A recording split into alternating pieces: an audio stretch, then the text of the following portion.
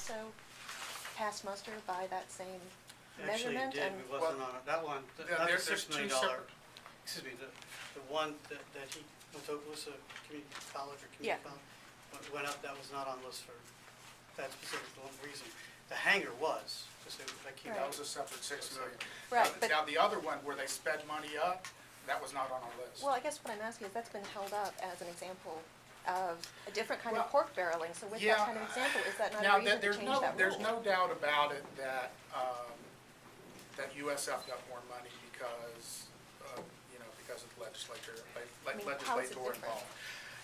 It's just, we try to stay, again, we don't know if it's sound policy to veto an appropriation that most of it was considered and recommended. Because again, the governor can't go in and veto the money that was added.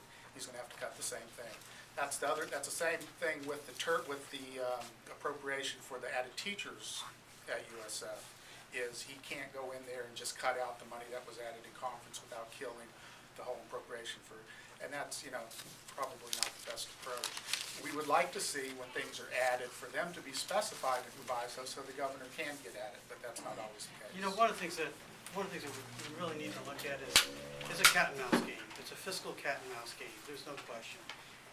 We're part of the player here, but it's most importantly it's with the governor and in the executive branch and the legislative branch. But it undermines even those that get through the process. When something is not identified until the very last moment, particularly last moment or especially in conference, it serves to undermine the very thoughtful, deliberative debate. Okay, and yet what's happening is the legislature's gotten pretty canny, frankly, through their legislative staff and the like, of being able to essentially undermine very significant parts of funding the state budget by not having those horse trading going on. So, we recommend that you veto, $3 billion to kill a $2 million, $5 million. And so what we really need to do is say, let's have laws to make sure there is, in fact, as the grand jury report tried to get at, some common sense, accountability, and transparency regarding the line item of the budget process so that there can be exercised appropriate legislative and executive checks and balances. When you tie those two together so inextricably, it serves to undermine that. However, having said that, at this point, if you veto it, it forces essentially the legislature to come back at a time they probably are not very willing or likely to do that. And maybe the governor will do that.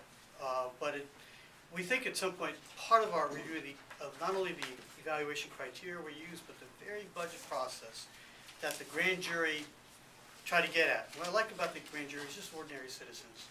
They're watching sausage being made. And they said it's not very pretty. They say two things you don't want to watch being made, laws and sausages. And they got to see an inside look at the underbelly of how that budget process both works and does not work.